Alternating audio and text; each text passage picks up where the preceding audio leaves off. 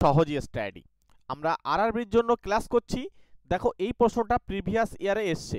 এদেরকে আমরা ট্রিক্সের মাধ্যমে কিভাবে সমাধান করতে পারি। তোমাদেরকে দুটো ট্রিক্স বলবো, হ্যাঁ, একটা ট্রিক্স 1 বলতে পারো, একটা ট্রিক্স 2 বলতে পারো। প্রথমে ট্রিক্স 1টা বলি। সবার প্রথমে এই সমস্ত যত অঙ্ক আছে সমস্ত অঙ্ক করে ফেলতে পারবে। প্রথমে যে অনুপাতটা দেওয়া রয়েছে সেটাকে লিখবে। ঠিক আছে, দুটো ট্রিক্সই তোমরা দেখবে, কোনটা তোমাদের ভালো লাগে জানাবে। আচ্ছা, এরপরে পরে যে অনুপাতটা থাকবে সেই অনুপাতটাকে নিচে লিখে দেবে।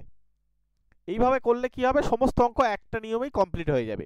এবারে এই কোনাকুনি গুণ করবে। এই কোনাকুনি গুণ করলে 3 5 15, আর এইদিকে এই কোনাকুনি গুণ করলে 3 4 12। তার মানে এদের মধ্যে বাড়ছে কত বা গ্যাপ কত, ডিফারেন্স কত, দেখো 3। এই 3-এর সঙ্গে এই যে 84টা থাকবে বা এখানে যে ডেটা দেওয়া থাকবে সেটাকে গুণ করতে হয়। করে দিলাম। এবার হচ্ছে নিচে আমাদেরকে ভাগ করতে হবে প্রথম অনুপাতের যোগফল দিয়ে। এটা একটু মনে রাখতে হবে, 4 আর 3 যোগ করে 7 হয়। এবারে চলে এসো, আমাদেরকে কি বলছে এখানে, আরো যত লিটার জল এখানে মিশ্রিত বা মেশাতে হয়েছে সেটা আমাদের কিন্তু বার করতে বলছে। তাহলে এখানে আমাদেরকে প্রথমে কি রয়েছে বলতো, প্রথমে মিল্ক দুধ রয়েছে আর পরে কিন্তু ওয়াটার রয়েছে। তাহলে জল যখন মেশাবো তখন জলটা থাকবে, তখন এই দুধ অর্থাৎ মিল্কটা আমাদেরকে ভাগ করতে হবে। তাহলে 3 দিয়ে ভাগ করলে 3 কেটে যাবে, 7 দিয়ে কাটলে 7 12 84। এই নিয়মটা দিয়ে একটু তোমরা যদি ডায়েরিতে নোট করে নাও, এই ট্রিক্সটা দিয়ে তোমাদেরকে এই সমস্ত যত অঙ্ক আছে সমস্ত অঙ্ক কমপ্লিট হয়ে যাবে। অনেক সময় কি হয়, এখানকার ডেটাগুলো প্রচুর বড় হয়, অনুপাতে ভাগ করা চাপ হয়ে যায়, ওই জন্য তোমরা এটা করতে পারো। এবার চলে এসো ট্রিক্স 2-তে। চলো, সবার প্রথমে এই 84 লিটারকে তোমাদেরকে এই 3:4 অনুপাতে ভাগ করতে হবে। সেটা কেমন, মনে করো মিল্ক আছে কতটা, সেটা হচ্ছে এই 84-র মধ্যে এখানে হচ্ছে 3 বা এদের যোগফলটা, ঠিক আছে 7। তাহলে কাটাকুটি করলে হচ্ছে 12, তারপরে 3 12 36। আচ্ছা, এরপরে হচ্ছে ওয়াটার কতটা আছে, সেটাও আমাদেরকে এই 84-র সঙ্গে 4/7, অর্থাৎ এখানে যদি কাটাকুটি করি তাহলে হচ্ছে আমাদের 7 12 84 মানে 48। তার মানে আমরা না কেটে অনুপাতটা বলবো এখন এইটা।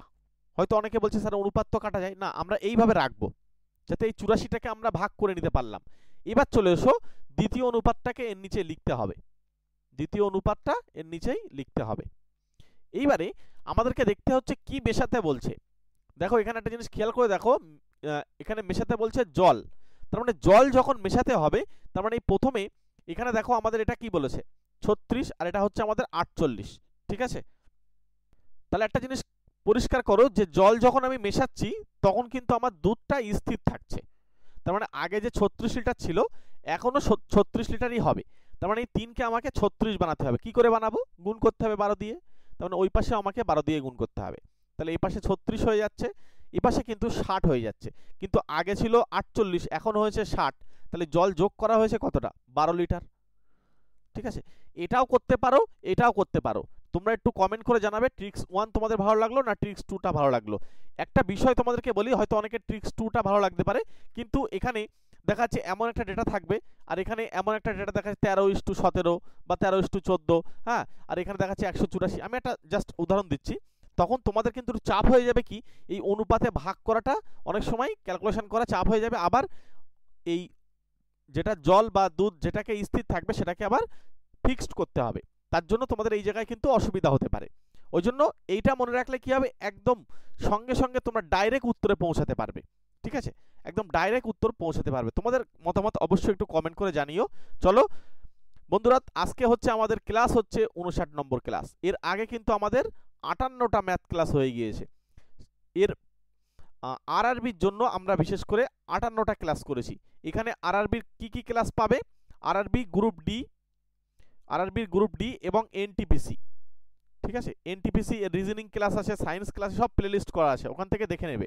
এবারে সামনে কিন্তু গ্রুপ ডি পরীক্ষা এবং আন্ডার গ্রাজুয়েট যে পোস্টের এনটিপিসি রয়েছে সেটা পরীক্ষা।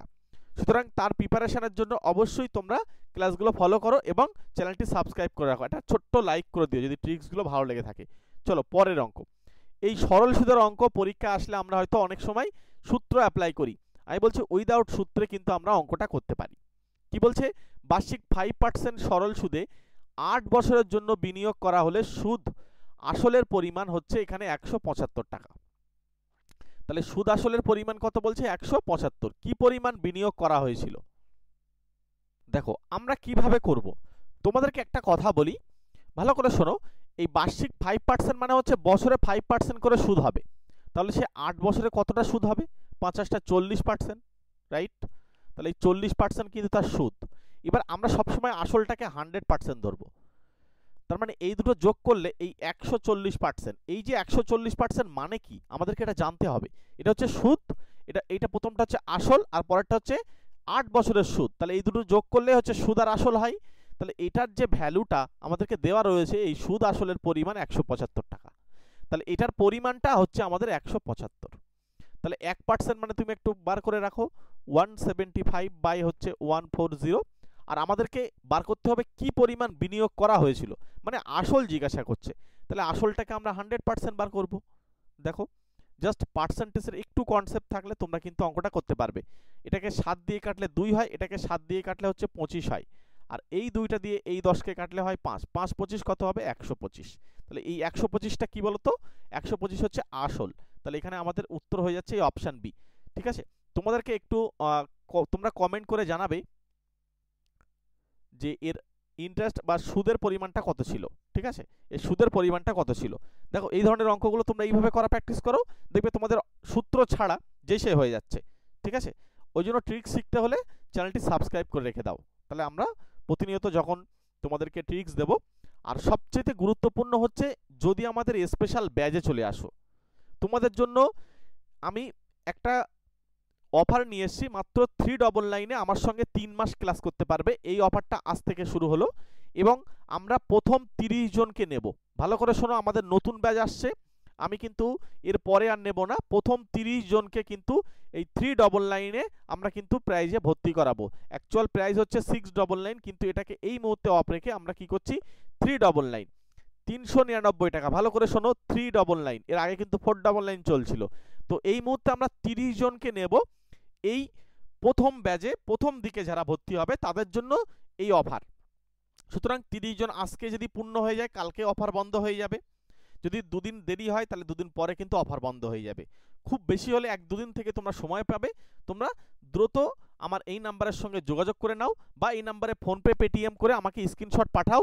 এই সুযোগ হাতছাড়া করো না, 3টে মাস আমার সঙ্গে ক্লাস করেই দেখো। অনেক জায়গায় ক্লাস করেছো, মনে রাখবে আমরা চ্যাপ্টার ধরে ধরে, এত বলছি বারবার, আমরা চ্যাপ্টার ধরে ধরে শর্টকাট টেকনিক দিয়ে একদম অঙ্কটাকে হাতে ধরে শেখাই। তুমি যদি মনে করো যে ডব্লিউবিপি পড়বে, ঠিক আছে, ডব্লিউবিপি, কেপি, আরআরবি, তুমি যে পরীক্ষার্থী হও না কেন, ম্যাথ তোমার কিন্তু প্রত্যেকটা পরীক্ষায় লাগবে, একটা জিনিস মনে রাখবে। আর আমরা ওই জন্য ম্যাথেরই একটা স্পেশাল ব্যাচ তোমাদের জন্য নিয়ে এসেছি। নতুন ব্যাচ আসছে আমাদের, একদম নিউ ব্যাচে তোমরা কিন্তু অ্যাডমিশন নেবে। 30 জনকে আমি নেব, ভালো করে শোনো, 30 জনকে কিন্তু আমি প্রথম এই অফারটা দিব, তারপরে কিন্তু এটা অফারটা তুলে নেব। 30 জন যদি একদিনে পূর্ণ হয়ে যায় কাল থেকে অফার বন্ধ হয়ে যাবে।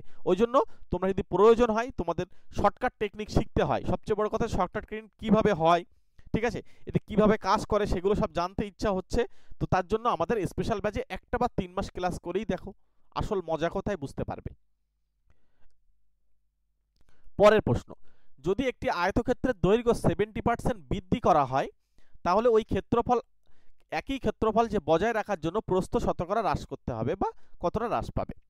যখন 70% বৃদ্ধি তখন তোমরা উপরে 70 লিখবে, নিচে কি করবে 100 বৃদ্ধি মানে 100 যোগ করে দেবে, তাহলে 170, এটাকে একটা 100 দিয়ে গুণ করে দেবে, ব্যাস আনসার বেরিয়ে যাবে।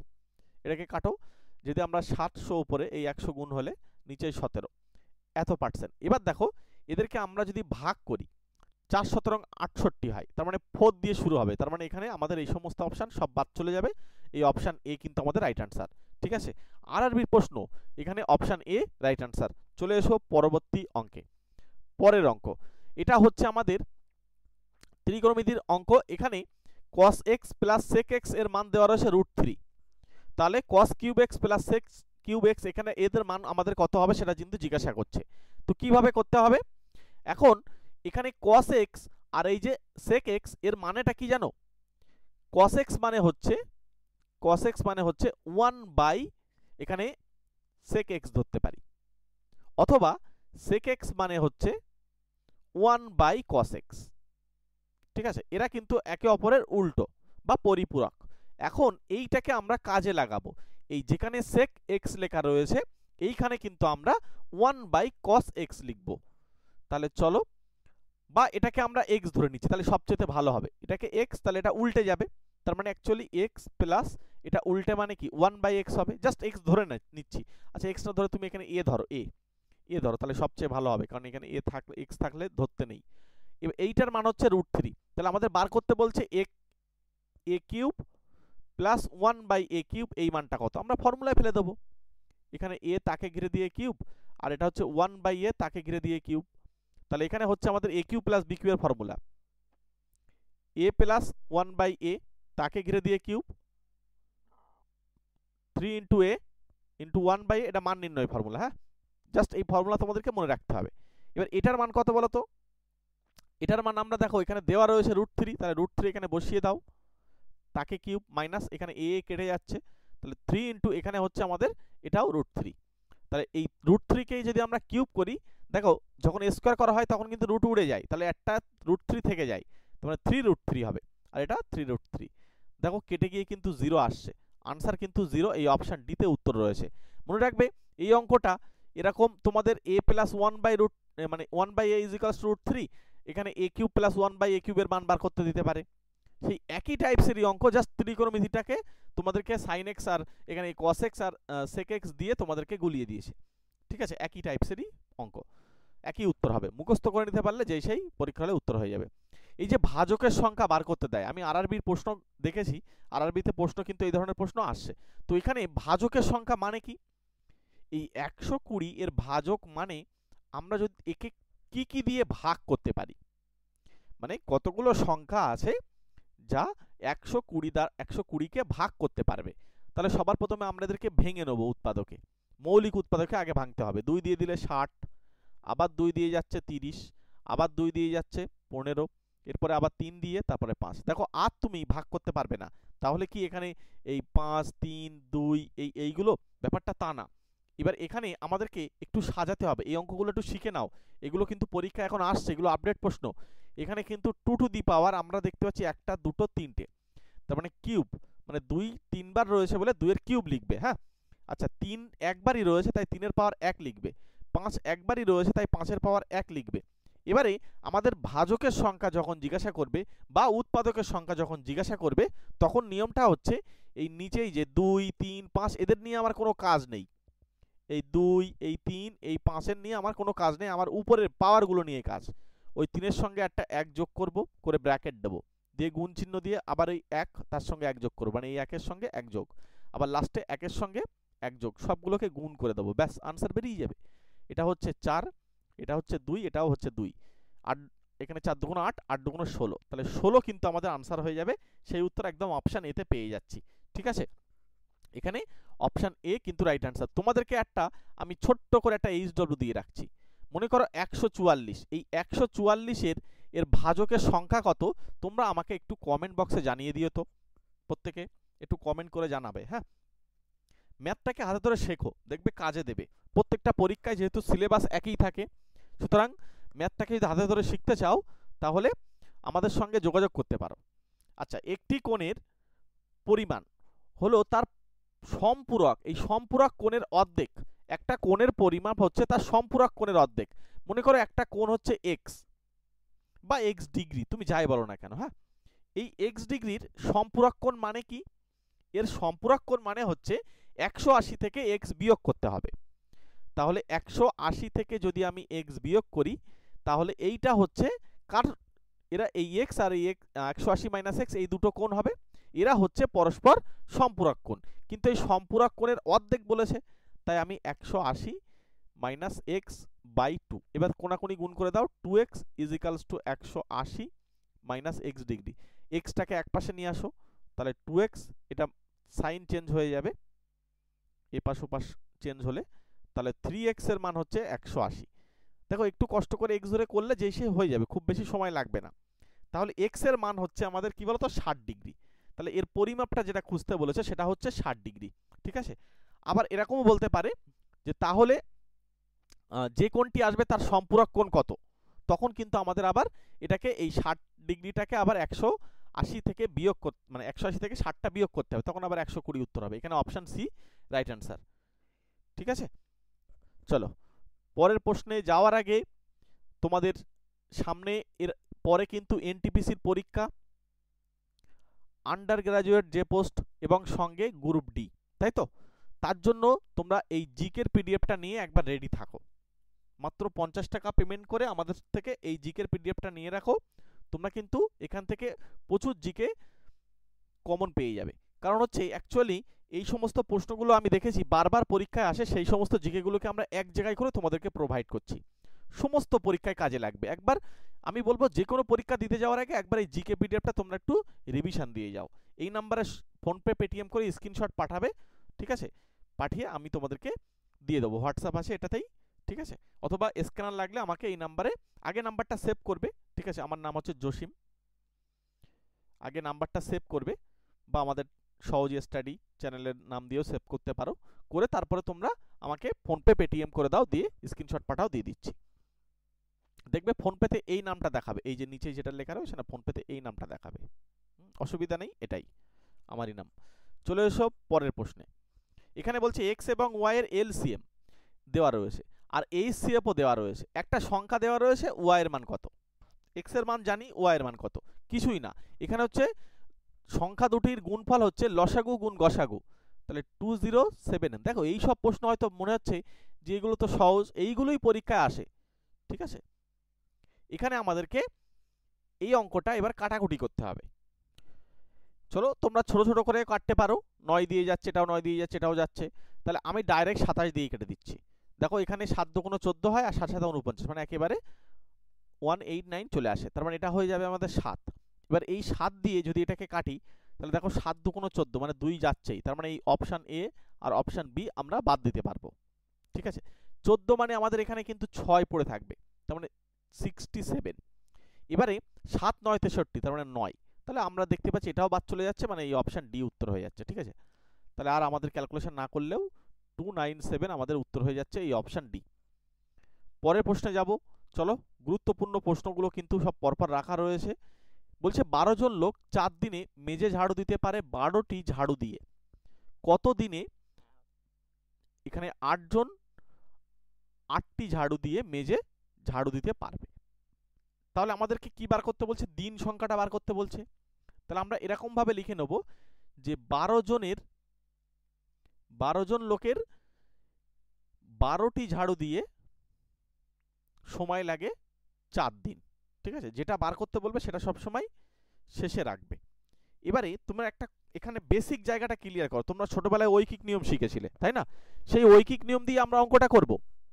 মনে করো একজন লোক মিলে যদি সেই কাজটা করে, ওই 12টি ঝাড়ুই থাকবে, কল্পনা করো, তাহলে আমাদের দিন সংখ্যা কি বেশি লাগবে। তাই 4 দিয়ে আমরা এখানে 4 এর সঙ্গে 12 গুণ করব। আচ্ছা, এই 12টি ঝাড়ু না হয়ে একজন লোক একটি ঝাড়ু দিয়ে কাজ করবে, তাহলে আমাদের কতটা সময় লাগবে? তাহলেও আমাদের বেশি লাগবে, তাই আমরা এখানে 12 দিয়ে গুণ করব। এবারে এখানে লোক সংখ্যা 8 হয়ে গেছে, তাহলে কাজটা দ্রুত হবে, তাই 8 দিয়ে ভাগ করব। পরিষ্কার? আচ্ছা, এখানে 8টা ঝাড়ু হয়ে গেছে, তাহলে আরও কাজটা তাড়াতাড়ি হবে, তাহলে এই 8 দিয়ে ভাগ করব। এই যে কনসেপ্টটা তোমরা ক্লিয়ার রাখো। পরীক্ষায় অঙ্ক তোমাদের এই সমস্ত অঙ্ক করতে বেশি সময় লাগবে না, কিন্তু অনেক সময় গুণ হয়, অনেক সময় ভাগ হয়। কোন ক্ষেত্রে ভাগ হবে, কোন ক্ষেত্রে গুণ হবে, একটু জেনে নাও।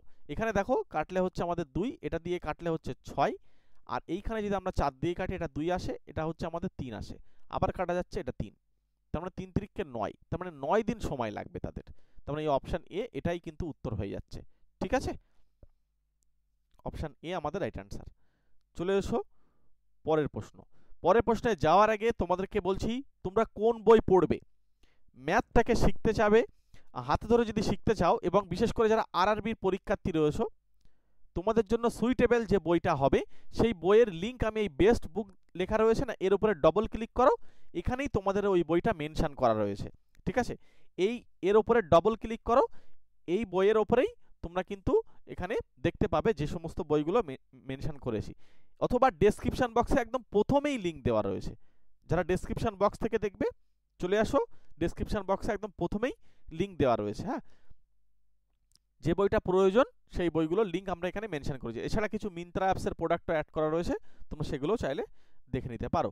চলে এসো পরের প্রশ্ন।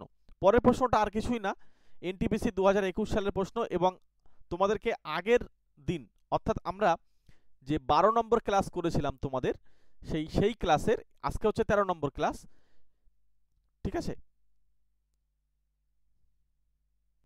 ও আচ্ছা, এই ক্লাসটা তো টার্গেট সেট পয়েন্টে হয়েছিল তাই তো?